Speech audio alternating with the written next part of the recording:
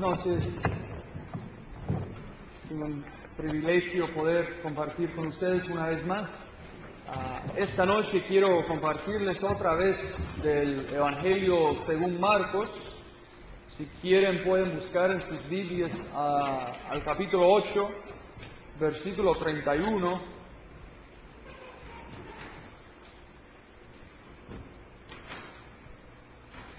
Marcos 8, del 31 hasta el capítulo 9, versículo 1, y para empezar voy a leer nuestro texto. Así dice la palabra de Dios, y comenzó a enseñarles que le era necesario al Hijo del Hombre padecer mucho y ser desechado por los ancianos, por los principales sacerdotes y por los escribas, y ser muerto, y resucitar después de 3 días. Esto les decía claramente. Entonces Pedro le tomó aparte y comenzó a reconvenirle, pero él, volviéndose y mirando a los discípulos, reprendió a Pedro diciendo: «Quítate de delante de mí, Satanás, porque no pones la mira en las cosas de Dios, sino en las de los hombres». Y llamando a la gente y a sus discípulos les dijo: «Si alguno quiere venir en pos de mí, niéguese a sí mismo y tome su cruz y sígame. Porque todo el que quiera salvar su vida la perderá, y todo el que pierda su vida por causa de mí y del Evangelio la salvará. Porque ¿qué aprovechará al hombre si ganare todo el mundo y perdiere su alma? ¿O qué recompensa dará el hombre por su alma? Porque el que se avergonzare de mí y de mis palabras en esta generación adúltera y pecadora, el Hijo del Hombre se avergonzará también de él cuando venga la gloria de su Padre con los santos ángeles». También les dijo: «De cierto os digo que hay algunos de los que están aquí que no gustarán la muerte hasta que hayan visto el reino de Dios venido con poder». El título que yo he puesto para este sermón es la identidad de Jesús y la naturaleza del discipulado, pero los dos puntos claves que vamos a ver son que el Mesías no es lo que piensas y que el discipulado no es lo que piensas. Y lo que vamos a ver en el texto es que en este momento en la historia, en este momento en el ministerio de Jesús, que los discípulos de Jesús realmente no habían captado bien la verdadera identidad de Jesús, no habían captado completamente quién era Él y cuál fue su misión de Jesús. Y por consiguiente, puesto que ellos tuvieron un concepto equivocado acerca de Jesús, también tuvieron un concepto equivocado acerca del discipulado. Y entonces yo creo que esto podría ser muy útil para nosotros, porque lo mismo aplica a nosotros. Si nosotros mal entendemos a Jesús, si no entendemos a su verdadera identidad y a su verdadero propósito, su verdadera misión, de la misma manera podríamos entender mal qué significa ser un discípulo de Jesús. Entonces esto es lo que quiero que veamos en nuestro texto.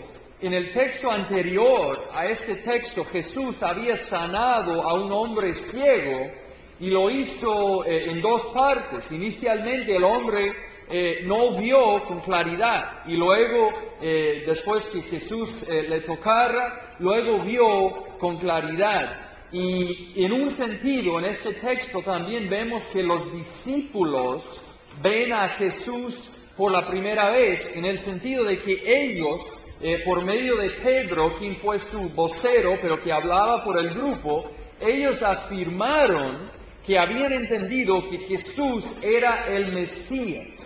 O sea, cuando hablamos acerca del Mesías, la palabra quiere decir el ungido o el Cristo, y quiere decir el que fue separado por Dios para una tarea especial. Y la expectativa en el día de los discípulos fue que iba a haber un Mesías, porque había varios textos en el Antiguo Testamento que hablaban acerca de un rey venidero que iba a ser de la línea de David. Entonces, en el texto anterior a esto, Jesús llevó a sus discípulos a afirmar explícitamente lo que ellos solamente tal vez habían pensado anteriormente. O sea, con claridad, Pedro, hablando por el grupo, afirmó, nosotros entendemos que tú eres el Mesías. Y yo creo que Cristo tuvo que llevarles a este punto porque Cristo sabía que ellos tenían un concepto equivocado acerca de cómo era el Mesías. Entonces, para Cristo era necesario que ellos afirmaran y que ellos entendieran con claridad que Él era el Mesías para luego poder corregir a su concepto equivocado acerca del Mesías. Entonces Cristo, a partir de nuestro texto, empezó a enseñar a sus discípulos acerca de su verdadero significado, su verdadera identidad. Y bueno, vamos a ver que Él les enseñaba dos cosas que ellos no esperaban, ¿no? Que el Mesías era diferente de lo que ellos esperaban, y por consiguiente que el discipulado en el servicio del Mesías era diferente de lo que ellos esperaban. Y vamos a ver que las cosas que Cristo les enseñó hoy en día todavía son difíciles de aceptar y son ofensivos a algunos. Porque esencialmente Cristo les enseñó que había un costo, que era costoso y difícil seguir al Mesías. Esto es algo que muchos no quieren aceptar hoy en día. Y también enseñó acerca de la exclusividad de la salvación en Él. Entonces vamos a empezar viendo al primer punto que el Mesías no es lo que piensas. Y vemos en el versículo 31, dice, y comenzó a enseñarles que le era necesario al Hijo del Hombre padecer mucho y ser desechado por los ancianos, por los principales sacerdotes y por los escribas y ser muerto y resucitar después de 3 días. Entonces fíjense que dice que Cristo comenzó a enseñarles. En otras palabras, antes de este punto, Cristo había andado con los discípulos, Él estaba haciendo milagros, Él estaba enseñando principalmente acerca del tema del reino de Dios, pero antes de ese punto, Él no había enseñado con claridad y explícitamente acerca de su sufrimiento. Y vamos a ver 3 cosas sorprendentes que Jesús comenzó a enseñarles. Y la primera cosa fue que Él iba a ser crucificado y que iba a morir. La primera cosa sorprendente que Él comenzó a enseñarles fue que Él, como Mesías, iba a ser crucificado y iba a morir. Y esto vemos ahí en el versículo 31 y también en 32, dice, esto les decía claramente. Entonces aquí encontramos al corazón de lo que a veces es llamado el secreto mesiánico. Y los de ustedes que estuvieron aquí el año pasado, cuando yo también enseñé de Marcos, de repente se acuerdan algo de eso. Pero Jesús, al principio de su ministerio, aunque era el Mesías, no quería ser reconocido como el Mesías, precisamente porque la multitud, las personas del día de Jesús, tenían este concepto equivocado del Mesías. Ellos esperaban a un rey conquistador, a un rey militar que iba a botar a los romanos de la tierra prometida. Y si Jesús se hubiera dejado ser reconocido como el Mesías desde un momento temprano en su ministerio, de repente la gente hubiera tratado de hacerle obligatoriamente rey, y esto hubiera terminado mal, y él hubiera muerto antes de su tiempo. Entonces no se dejaba ser reconocido como el Mesías, pero el corazón del secreto mesiánico fue no solamente que él fue el Mesías, sino que la misión del Mesías fue morir, sufrir y morir. Y esto fue algo que la gente no esperaba. Quiero señalar 4 cosas que Jesús enseñó acerca de su sufrimiento. Primero, Él llamó a sí mismo en el versículo 31 el Hijo del Hombre. Y este fue el título favorito de Jesús, fue su autodesignación favorito. O sea, más se refería a sí mismo como el Hijo del Hombre que con cualquier otro título. Y parece que lo hacía precisamente para evitar a los malentendidos de las personas que tenían el concepto equivocado del Mesías. Y puede ser, es cierto que en el libro de Salmos y en el libro de Ezequiel que la frase hijo del hombre es usado bastante, y en aquellos libros es usado sencillamente como un sinónimo para un hombre. Entonces puede ser que Jesús, al llamar a sí mismo hijo del hombre, que los discípulos hubieran entendido que sencillamente él estaba diciendo que era un hombre. Pero yo creo que Jesús estaba diciendo que él era el hijo del hombre, y creo que al llamar a sí mismo el hijo del hombre, estaba refiriéndose a Daniel, capítulo 7, versículos 13 y 14. Lo voy a leer si quieren escuchar nomás. Así dice: Daniel dijo: miraba yo en la visión de la noche, y he aquí, con las nubes del cielo venía uno como un hijo de hombre, que vino hasta el anciano de días, y le hicieron acercarse delante de él, y le fue dado dominio, gloria y reino, para que todos los pueblos, naciones y lenguas le sirvieran. Su dominio es dominio eterno que nunca pasará, y su reino uno que no será destruido. Entonces algunas cosas importantes para reconocer aquí acerca del Hijo del Hombre profetizado en Daniel, en el libro de Daniel. Fue un hombre que iba a ser apartado por Dios, fue una persona que iba a ser un hombre, o sea, un ser humano, pero a la vez iba a poseer una gloria celestial, iba a ser diferente de la mayoría de los hombres, y que iba a recibir dominio sobre las naciones. Entonces la teología de Daniel 7, que hubiera sido aplicado a la expectativa popular de las personas, hubiera sido aplicado al Mesías. La gente veía este texto y esperaba también al Mesías, pero la teología de Daniel 7 solamente es una teología de victoria, de triunfo y de gloria. Entonces la expectativa popular en el día de Jesús en cuanto al Mesías fue que el Mesías iba a ser una persona triunfante, victorioso y glorioso. Pero lo que los discípulos no vieron, y lo que las personas del día de Jesús no vieron, fue que Jesús como Mesías no solamente iba a cumplir a la profecía de Daniel 7, sino que él iba a cumplir otro hilo de profecía que fue bien diferente de la profecía de Daniel 7. La profecía de Daniel 7 cabía dentro del molde de los pensamientos de las personas porque hablaba de victoria, de triunfo. Pero Jesús simultáneamente, como el Mesías, iba a cumplir otra profecía, y es la profecía de Isaías 52:12 y todo el capítulo 53.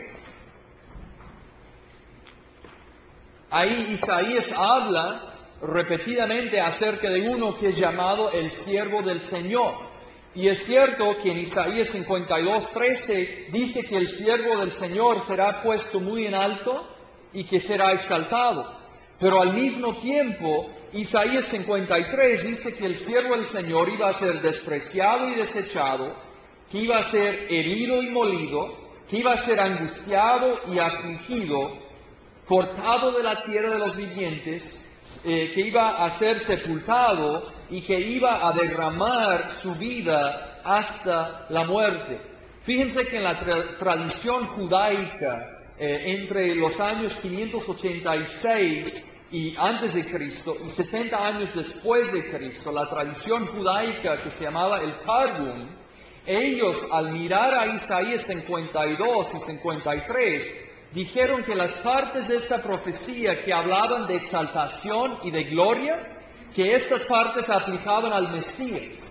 Pero ellos dijeron que las partes que hablaban de sufrimiento y de muerte, que estas partes aplicaban al pueblo de los judíos y no al Mesías mismo. Entonces la expectativa en el día de Jesús acerca del Mesías fue que iba a ser una persona triunfante y que solo iba a experimentar gloria y victoria. Y las personas tuvieron 50% de la razón. Lo que las personas y ni los discípulos anticiparon fue que la gloria del Mesías iba a ser gloria y triunfo y victoria después de sufrimiento. O sea, la cruz y luego la corona, como es el dicho, que no anticiparon la gloria por medio del sufrimiento. Otra cosa que Jesús enseñó acerca de su sufrimiento, dijo que iba a ser rechazado por los líderes religiosos. Obviamente, antes de este punto en el libro de Marcos se ha visto que ellos le estaban rechazando, pero él parece que se refería al hecho de que le iban a condenar, que le iban a rechazar legalmente, que eso iba a resultar en su muerte. Otra cosa que él enseñó aquí, en el versículo 31, él dijo que iba a ser muerto, pero luego dijo que iba a resucitar después de 3 días. Entonces, aún la primera vez, porque fíjense que dice que Cristo apenas comenzó a enseñar estas cosas a sus discípulos. La primera vez que les enseñó acerca de su muerte, también les enseñó acerca de su resurrección. Pero vemos al seguir con el texto que ellos fueron tan sacudidos con la noticia de que Él iba a morir, que parece que ni siquiera escucharon lo que dijo acerca de su resurrección, pero lo dijo, desde el principio les dijo que iba a ser resucitado. Y bueno, esta enseñanza de Jesús, que Él como Mesías iba a sufrir y morir, fue muy contraria a las expectativas populares del día de Él. Como les he explicado, las personas no esperaban que el Mesías iba a sufrir. Y entendemos que Cristo les habló con claridad, como dice en versículo 32, vemos que les habló con claridad por la reacción de los discípulos. El hecho de que Pedro le regañó nos demuestra que Cristo les habló con claridad. Pedro entendió perfectamente que Jesús estaba diciendo que iba a morir. Y nosotros pues podemos entender a la reacción de los discípulos. Ellos tuvieron esta expectativa falsa que todos los demás tuvieron, que el Mesías iba a ser una persona victoriosa. Pero aún más, piensa en eso, los discípulos habían andado con Cristo, le habían visto hacer varios milagros, inclusive le habían visto resucitar a alguien de entre los muertos. Entonces tenemos que imaginar que esto hubiera reforzado su confianza en Él y que les hubiera costado imaginar cómo alguien podría matar a Cristo. Entonces entendemos por qué los discípulos no pudieron aceptar esto. Jesús también al enseñar que iba a sufrir, enseñó que fue de acuerdo a la voluntad de Dios. Vemos en el versículo 33 que cuando Pedro le regañó y le dijo que no debería decir que iba a morir, que Cristo dijo lo siguiente, dice: pero él, volviéndose y mirando a los discípulos, reprendió a Pedro diciendo: quítate de delante de mí, Satanás, porque no pones la mira en las cosas de Dios, sino en las de los hombres. Entonces, Jesús, al regañar a Pedro, le dijo que no estaba pensando en las cosas de Dios. Y al decirle esto, estaba indicando que fue la voluntad de Dios que él muriera. Que Pedro no había entendido cuál fue la voluntad de Dios, que era la voluntad de Dios que el Mesías muriera. Jesús habló a Pedro con palabras fuertes, muy fuertes, llamándole Satanás, pero le habló tan fuerte porque vio detrás de la sugerencia de Pedro una sugerencia satánica, lo mismo que Satanás había sugerido a Cristo cuando fue tentado.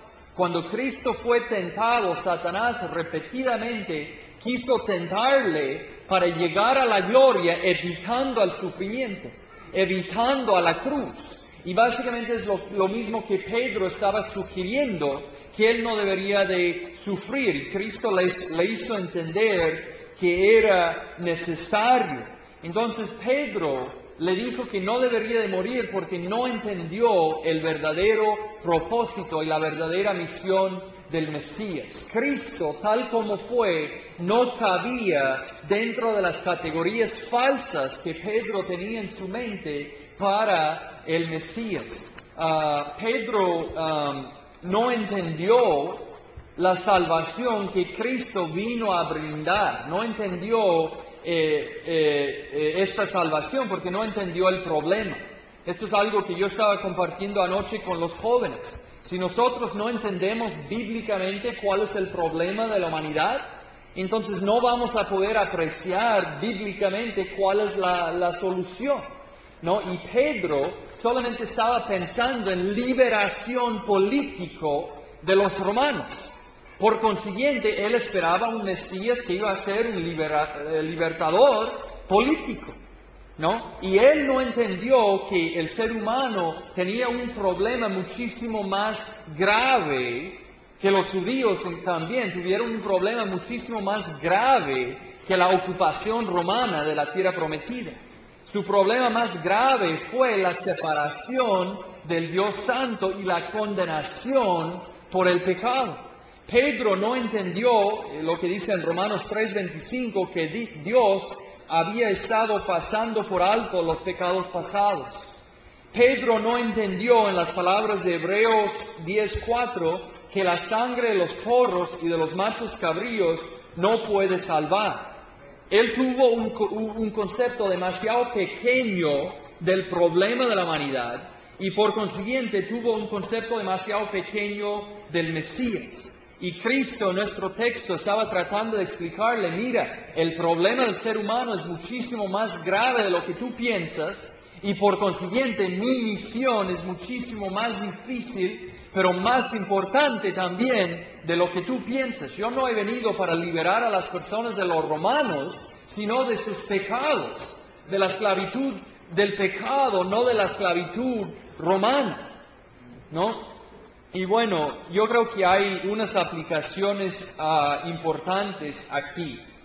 Estas dos ideas, la idea de un Mesías sufriente y la idea de un Mesías que salva del pecado, siguen siendo no muy populares hoy en día. O sea, en primer lugar, en cuanto a lo de un Mesías sufriente, existe hoy en día, aún entre iglesias supuestamente cristianas, esta enseñanza del Evangelio de prosperidad, que enseña que tú nunca debes estar enfermo, tú nunca debes sufrir y que debes tener una vida suave.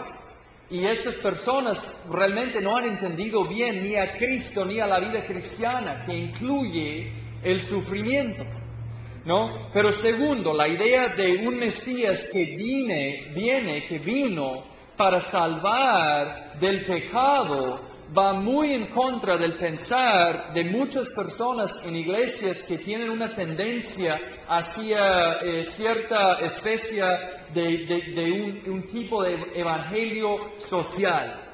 Es decir, que hay personas que quieren reinterpretar a Cristo y quieren reinterpretar o cambiar el significado de Cristo y la misión de Cristo. Y al hablarles y al decirles que mira, el significado principal de Jesús, la razón principal, primordial por la que Él vino fue para morir como un sacrificio, como un sustituto en lugar de los pecadores, ellos no quieren aceptar eso.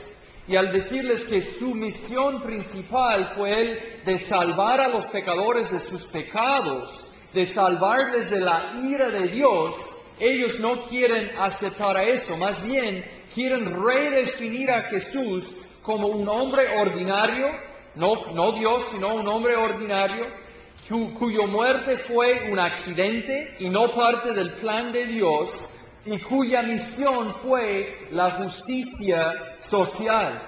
Pero sencillamente tratar de esforzar a Cristo caber dentro de uno de estos moldes es no aceptar al Nuevo Testamento en sus propias palabras.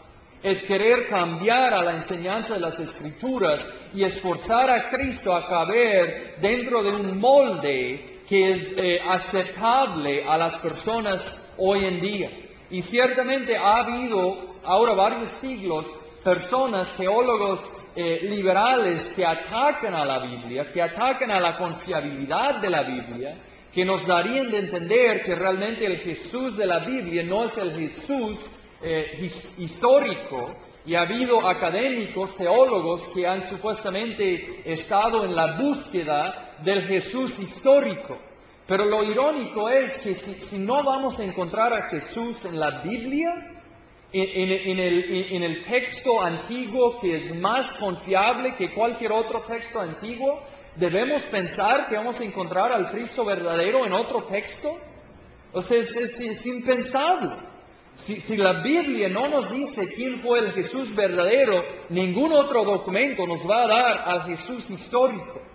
Y lo irónico de esta supuesta búsqueda para el Jesús histórico es que no importa cuál sea la época, esto empezó creo en los 1800, principios de los 1900, que el supuesto Jesús histórico que esos teólogos encuentran siempre cabe dentro del molde de lo que es politically correct, de lo que es muy aceptable durante el tiempo. Es decir, que quitan la ofensa del Evangelio, quitan la ofensa de Jesús, pero el Evangelio es ofensivo. El mensaje de Jesús y el significado de Jesús es ofensivo. Entonces, si tratamos de cambiarlo, pues estamos, cambiando a la Biblia y no aceptando a Dios tal como Cristo es presentado en la palabra. Entonces, la primera de tres cosas sorprendentes que Cristo enseñó fue que Él iba a ser crucificado y morir. La segunda cosa sorprendente fue que su mensaje se trataba de sí mismo. Y vemos a esto en los versículos 35 y 38. En 35 Él dijo, porque todo el que quiera salvar su vida la perderá, y todo el que pierda su vida por causa de mí y del Evangelio la salvará. En versículo 38, porque el que se avergonzare de mí y de mis palabras, en esta generación adúltera y pecadora, el Hijo del Hombre se avergonzará también de él cuando venga en la gloria de su Padre con sus santos ángeles. Entonces, otra vez vemos un poco de desarrollo en el mensaje de Jesús, un poco de avance en el mensaje de Jesús en comparación con lo que Él estaba enseñando a sus discípulos antes de este momento. Antes de este momento, Jesús había estado enseñando acerca del reino de Dios. Y el enfoque más fue en el reino de Dios y no hablaba tanto acerca de sí mismo. Pero a partir de este texto, Jesús empieza a enseñar acerca de la importancia de la devoción, no a un concepto teológico, no a unas reglas, no a una iglesia, sino a sí mismo. No, Él dijo que el que se avergonzare de mí, el que quiere seguirme a mí. Entonces fue un desarrollo, un avance en su mensaje, en que empezó a enseñar no solamente acerca del reino de Dios, sino acerca de devoción a sí mismo. Y esto también hubiera sido contrario a las expectativas populares en el día de Jesús. Seguramente las personas tenían una expectativa de un Mesías, pero lo importante no iba a ser el Mesías, sino la liberación de Roma. ¿No? Esto fue el enfoque y no tanto devoción personal al Mesías. Entonces Jesús, al enseñar acerca de la devoción a sí mismo, estaba enseñando algo inesperado.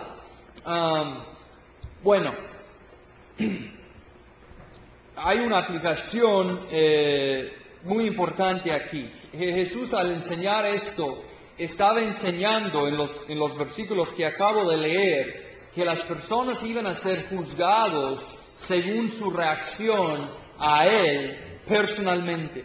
¿No? Así dijo en 34 y 35 y 38. Y Él también enseñó que la meta de la fe que Él estaba enseñando fue la devoción a Él mismo.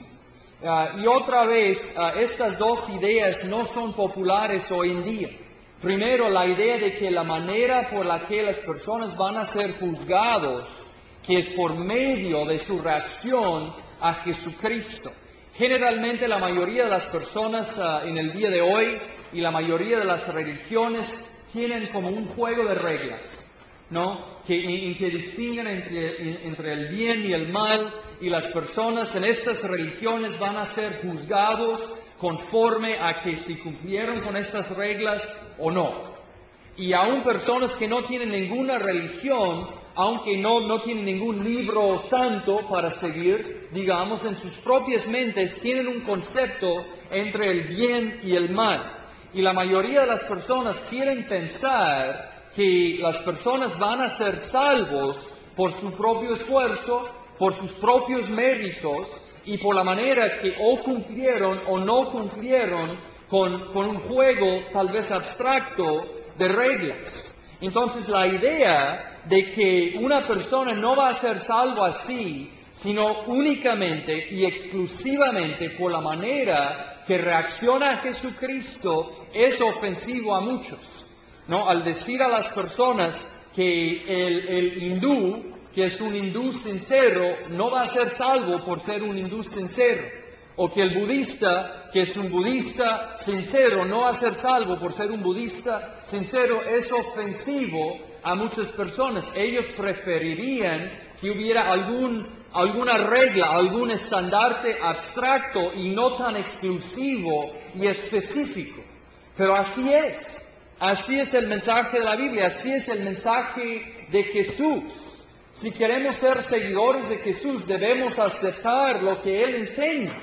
Y Jesús enseñó que la manera que las personas iban a ser juzgados dependía de su reacción a Él. Y eso tiene sentido porque la Biblia nos enseña que la vida, que todo es cristocéntrico. La Biblia dice en Colosenses y en Romanos que todas las cosas fueron creadas por Él y para Él. El propósito de la existencia, el propósito de la vida, el propósito de todo es para exaltar a Jesucristo. Si no fuera por eso, Dios no hubiera creado al mundo. El mundo existe para exaltar a Jesucristo. Por consiguiente, no tiene sentido decir, pero no puede Él ser salvo por ser buen budista, buen hindú, buen musulmán. No, esto no es el mensaje de la Biblia. Todo existe para Cristo. Y el mensaje de Cristo mismo fue que la salvación dependía de la reacción de uno a Él. Y bueno, como otro punto de aplicación, eso debe ser algo que nos motiva para hablar con otros acerca de Cristo. Si realmente estamos convencidos que Él es la única esperanza, deberíamos compartir esa esperanza con los demás. Bueno, la otra idea, la idea de que la meta de la fe es devoción personal a Cristo, no es muy popular hoy en día tampoco. No es muy popular porque muchas personas que no creen en la Biblia, que tienen una cosmovisión más moderna, no aceptan a lo sobrenatural. Entonces ellos de antemano descartan la posibilidad de que el cristianismo sea verdadero y por consiguiente para ellos la única religión que realmente sirve es una religión que termina con acción social. O sea, hay en ateos, hay en agnósticos que tal vez no sean agresivos en contra de la religión, mientras que tú estás muy metido en la acción social, ¿no? Y si ellos te ven y dicen, qué bueno, está ayudando a los pobres, está haciendo esto y esto y esto, está bien. Pero tú al explicarles que mira, sí, yo trato de ayudar a los pobres, yo trato de estar involucrado en la acción social, pero la meta principal de mi religión no es la acción social. La meta principal de mi fe es devoción personal a Jesucristo, es adoración de Jesucristo. Para estas personas una religión así es necio, es absurdo. Ellos menosprecian, es una religión cuya meta es devoción a Jesucristo, cuya meta es la adoración. Esta idea no es muy popular hoy en día, pero espero que vean que este fue el mensaje de Jesús. ¿Queremos a Jesús, sí o no? Si le queremos, aceptémosle en sus propias palabras, de acuerdo a su propia enseñanza.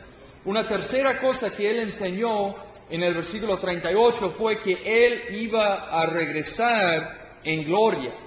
Aquí por primera vez Él menciona eso también. Él dice, porque el que se avergonzare de mí y de mis palabras en esta generación adúltera y pecadora, el Hijo del Hombre se avergonzará también de Él cuando venga en la gloria de su Padre con los santos ángeles. Entonces, vemos que Cristo aquí por primera vez menciona que Él va a venir en gloria. Y fíjense que los discípulos no se habían dado cuenta todavía que Él era Dios mismo. Ellos pensaban que Él era el Mesías, pero no habían captado la grandeza de Él. Entonces probablemente hubiera sido sorprendente y chocante escucharle qué quiere decir cuando Él regresa en su gloria. Entonces vemos que su expectativa fue falso, pero fue falso por dos extremos. Por un lado, ellos no habían apreciado que Él iba a sufrir y morir, ¿no? Entonces, la realidad del Mesías fue peor de lo que ellos esperaban. Ellos esperaban que el Mesías iba a triunfar y ser glorioso. Entonces, la realidad del Mesías, de un Mesías sufriente y que iba a morir, fue peor de lo que ellos esperaban. Pero por el otro extremo, lo mejor que ellos esperaban fue un hombre que iba a triunfar y tener una vida y luego morir. Pero Cristo fue mucho mejor, fue mucho más de lo que ellos esperaban. No fue solamente como un hombre, como cualquier otro hombre, sino fue Dios mismo. Entonces iba a sufrir mucho más de lo que ellos esperaban, pero iba a ser muchísimo más glorioso de lo que ellos esperaban. Y aquí Él lo indicaba al referirse a su venida en gloria. Y bueno, de la misma manera esta idea no es muy popular hoy en día. Hay personas que supuestamente dicen que aprecian, que respetan a Jesús, que dicen que bueno, Él fue un buen maestro moral, ¿no? Y dio buenas enseñanzas, pero no quieren aceptar que Jesús fue y es Dios. No quieren aceptar que Jesús existía antes que naciera en Belén y que Jesús vendrá otra vez en gloria. Para ellos esto es absurdo, pero así enseñó Cristo. Y de hecho, de repente algunos de ustedes han leído a C.S. Lewis.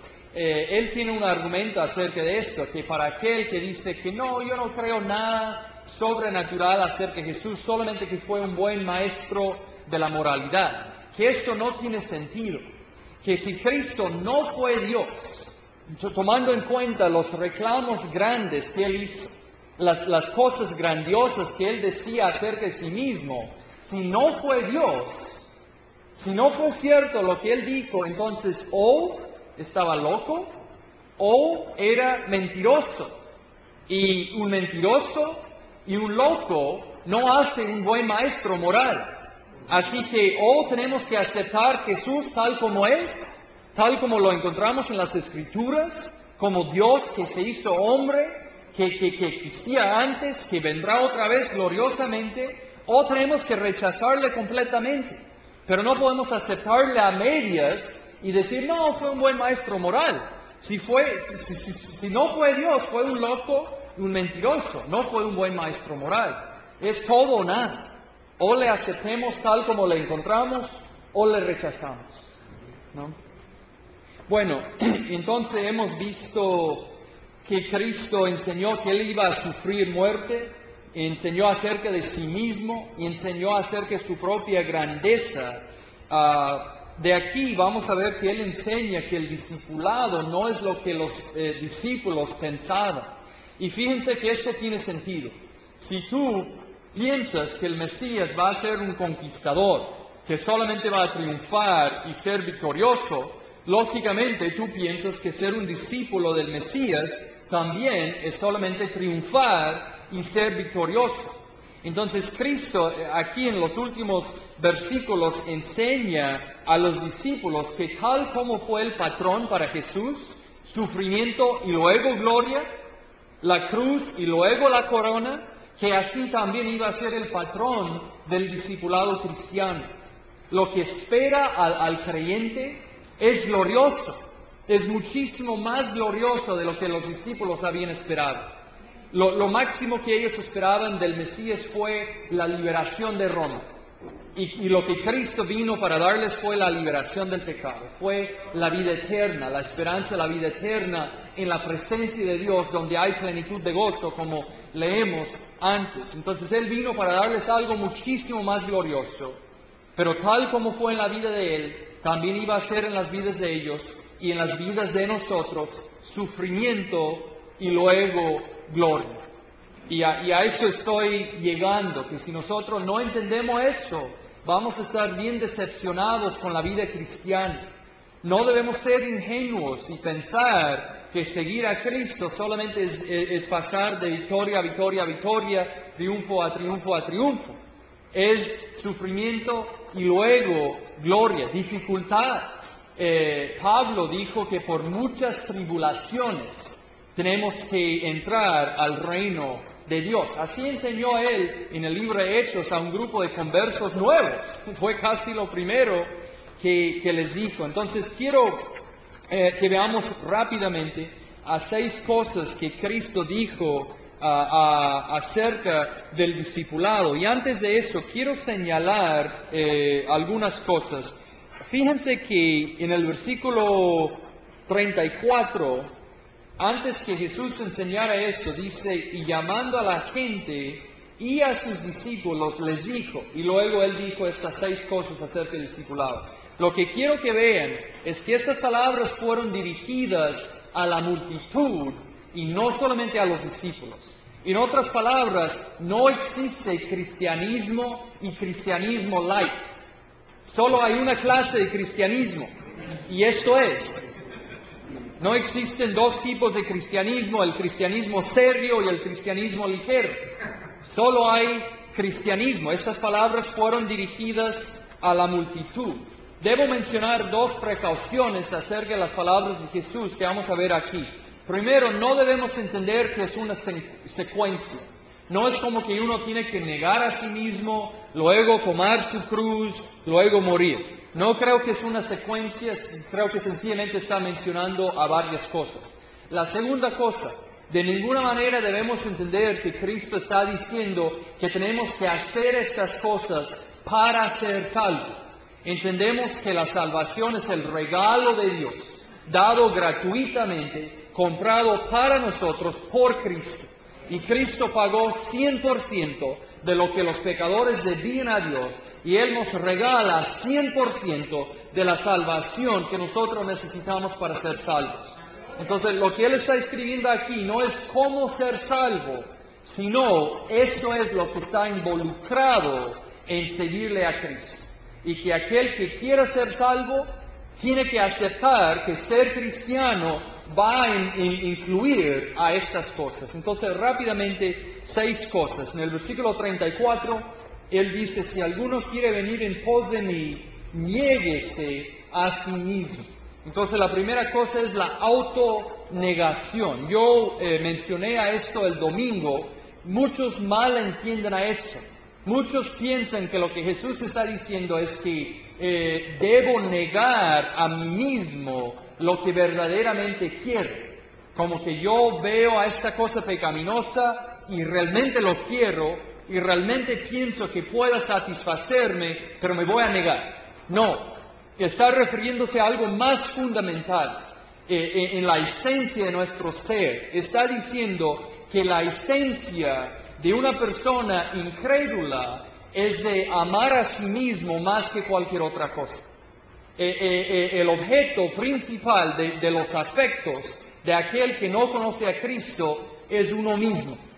Y Cristo está diciendo que los discípulos suyos tienen que negar a sí mismo, tienen que dejar de amar a sí mismo más que a cualquier otra cosa, y tienen que amar a Cristo. Entonces lo que está en vista aquí es un cambio fundamental, que cuando uno es salvo, Dios cambia su corazón, tal que el cristiano ya no mira al pecado y dice, sí, yo sé que esto me satisficiera, pero me voy a negar. No, Dios cambia el corazón de uno, tal que mira a eso y dice, sí, tal vez me daría una felicidad pasajera, pero luego dolor. Y yo sé que esto realmente no me satisfice. Y yo sé que conocer a Dios y que seguir a Cristo es lo que realmente satisface. Bueno, la segunda cosa que él menciona es el tomar de la cruz. Y aquí él está usando una imagen chocante. Es la imagen de una persona que está andando a su muerte, que está cargando a su propia cruz y que va a morir. Y obviamente los criminales en el día de Jesús fueron obligados a hacer esto obligatoriamente. Pero Jesús está diciendo que los discípulos suyos deberían de hacerlo voluntariamente. Y bueno, de repente para nosotros aquí en los Estados Unidos, esto es difícil de asimilar, porque realmente no existe para nosotros actualmente en este país el peligro de ser matado por seguir a Cristo. Pero no debemos disminuir lo que Jesús está diciendo aquí. Él está diciendo literalmente que uno, si quiere seguirle a Él, debería de estar dispuesto aún a morir por su lealtad a Él. Y las palabras de Jesús hubieran tenido mucho significado para sus oyentes originales. De hecho, muchos de los discípulos murieron mártires. Estas palabras de Jesús que fueron grabados por Marcos hubieran tenido mucho sentido para los lectores originalmente. Ellos mayormente eran creyentes en la ciudad de Roma y seguramente muchos de ellos habían sufrido e iban a sufrir la persecución. Entonces lo que Él dijo fue muy real para ellos. Y aún hoy en día las palabras de Jesús tienen mucha aplicación para las personas.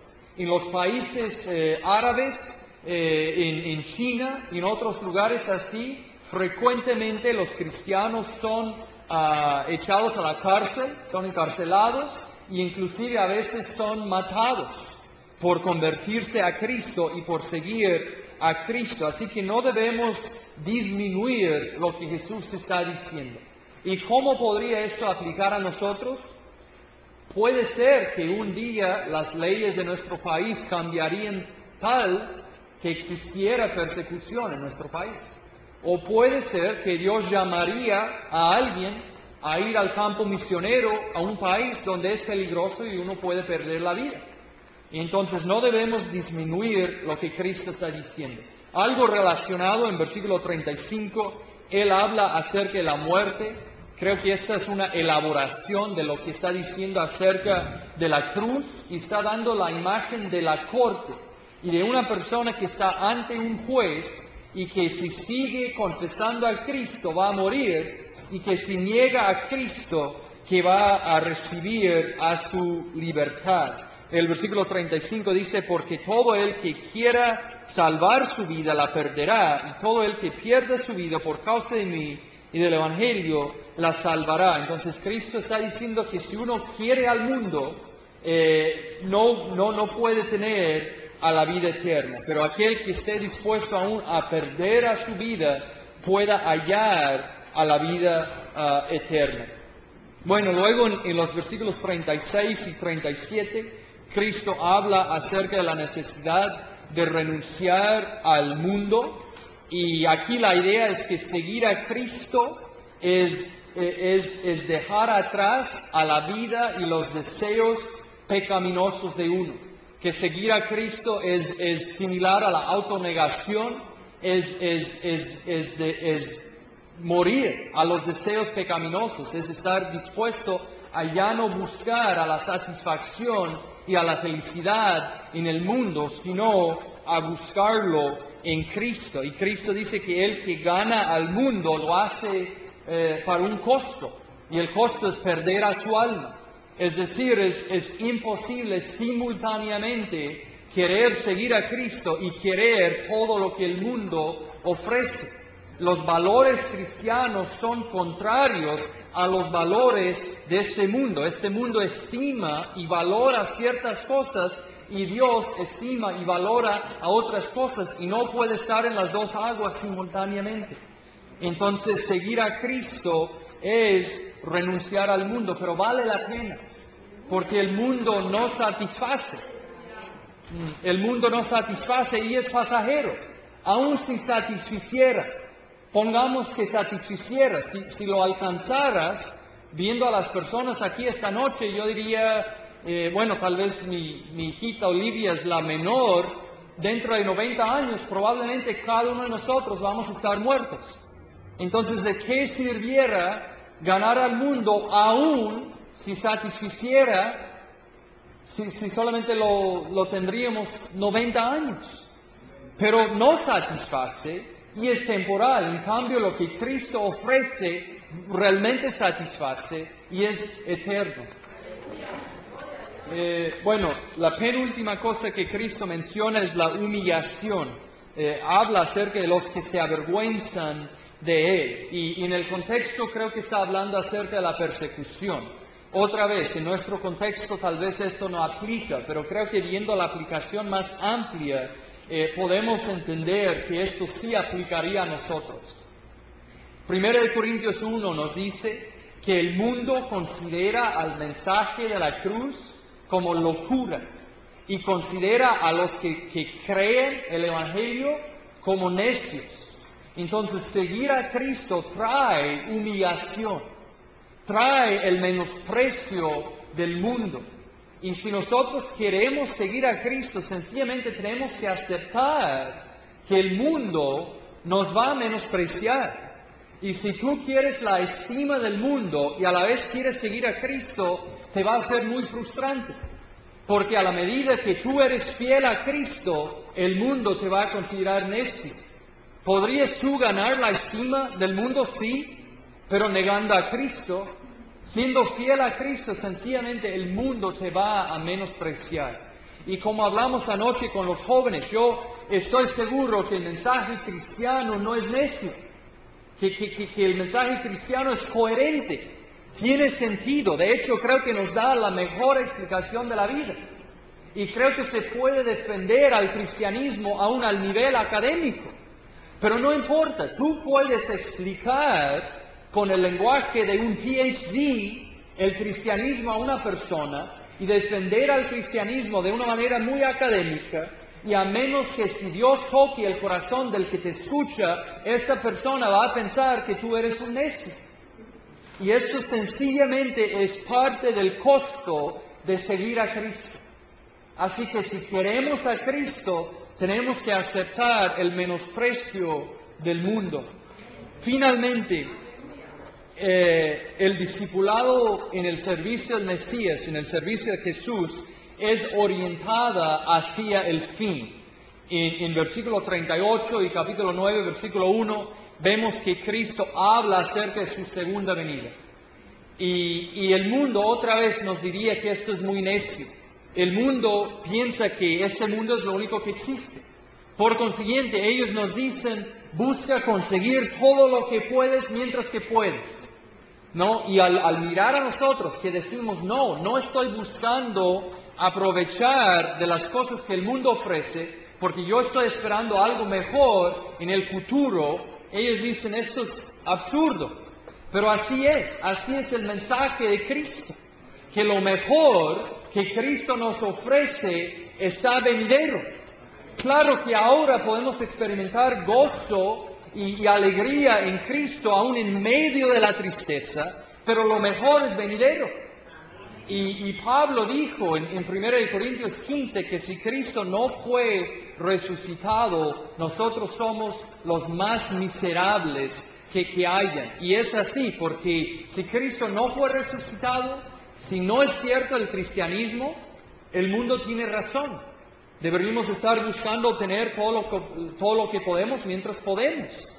Pero yo creo que es cierto y nos espera algo mejor en el futuro, y es por eso que podemos estar dispuestos a morir a nosotros mismos, a no buscar lo que el mundo ofrece, porque nos queda algo mejor.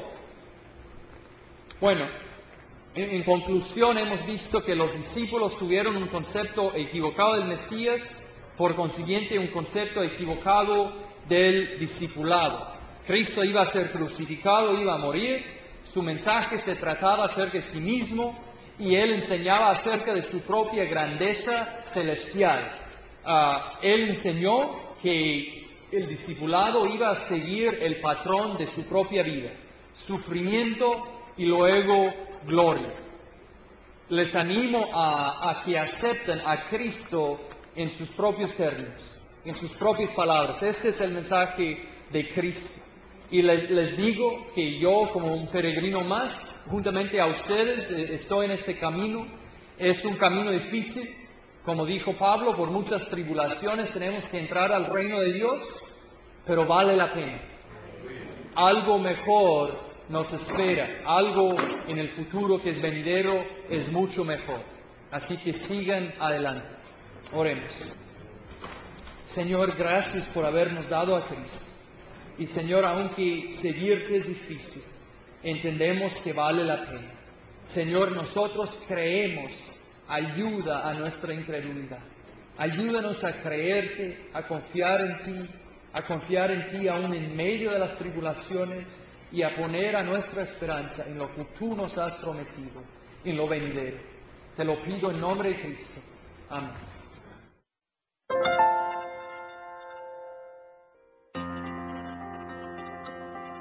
Please visit our website at heartcrymissionary.com. There you will find information about the ministry, our purpose, beliefs and methodologies, and extensive information about the missionaries we are privileged to serve.